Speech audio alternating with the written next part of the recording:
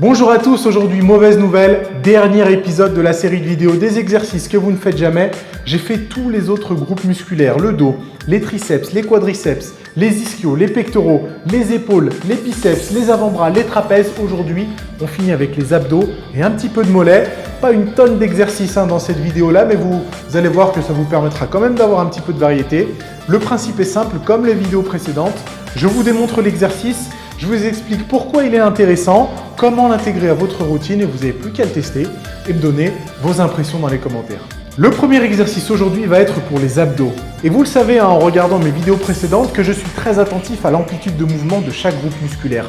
J'essaie de trouver des exercices qui vont me permettre d'étirer les fibres au maximum et des exercices qui vont me permettre de contracter les fibres au maximum parce que, à mes yeux, c'est ce qui va vous permettre de recruter un nombre important de fibres et du coup d'avoir une progression plus rapide. Pour les abdominaux, ou du moins le grand droit de l'abdomen, c'est la partie centrale. Pour optimiser l'étirement, il faut avoir les bras au-dessus de la tête. Et c'est exactement ce que je suis en train de rechercher en effectuant le premier exercice qu'on va appeler du pull-over pour les abdos à la poulie haute. Je me place sur une poulie sur laquelle j'effectue habituellement le tirage vertical pour le dos. Et dans cette position, je vais tout simplement avoir les bras tendus au-dessus de la tête, essayer de venir fléchir la colonne pour contracter au maximum le grand droit de l'abdomen. C'est une position par contre qui va vous demander un petit peu d'entraînement, un petit peu d'expérience avant de la maîtriser pour éviter justement d'utiliser les épaules ou les hanches et de bien cibler toute la tension sur la flexion de la colonne qui vous permettra justement de contracter au maximum le grand droit de l'abdomen.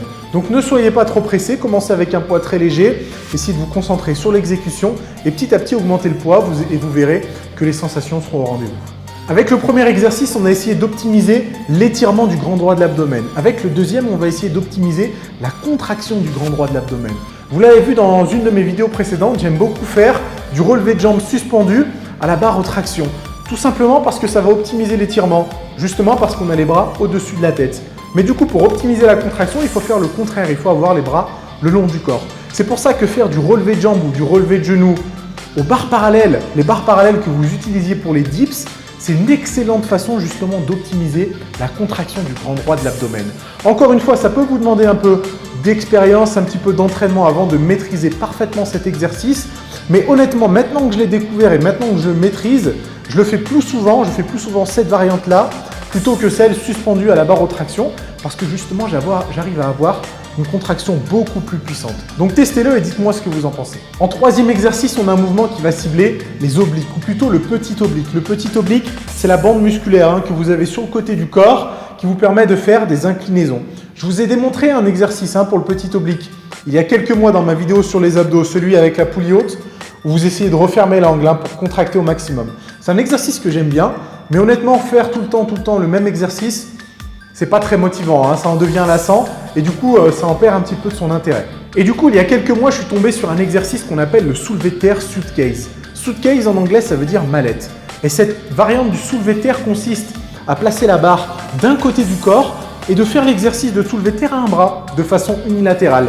Et justement, cette variante, ce déséquilibre provoqué par l'exécution unilatérale, va faire en sorte que vous soyez obligé de compenser avec le petit oblique.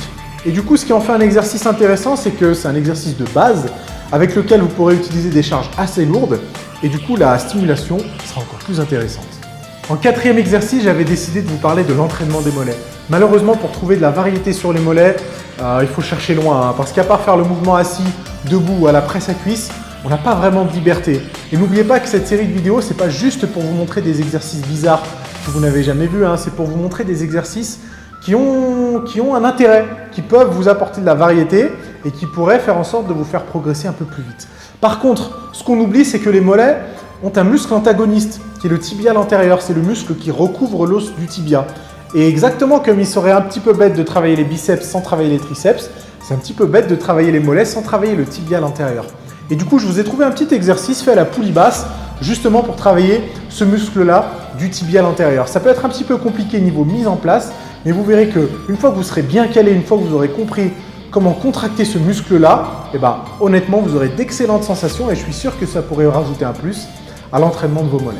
Et voilà les amis, dernière vidéo pour clôturer cette série d'exercices que vous ne faites jamais en musculation. Petite vidéo sur un petit peu d'abdos, un petit peu de mollets, c'est sans prétention, c'était juste Pour marquer le coup, à vous de me dire si les exercices vous ont plu, si jamais vous avez eu l'occasion de les rencontrer. Si ce n'est pas le cas, testez-les dans votre séance.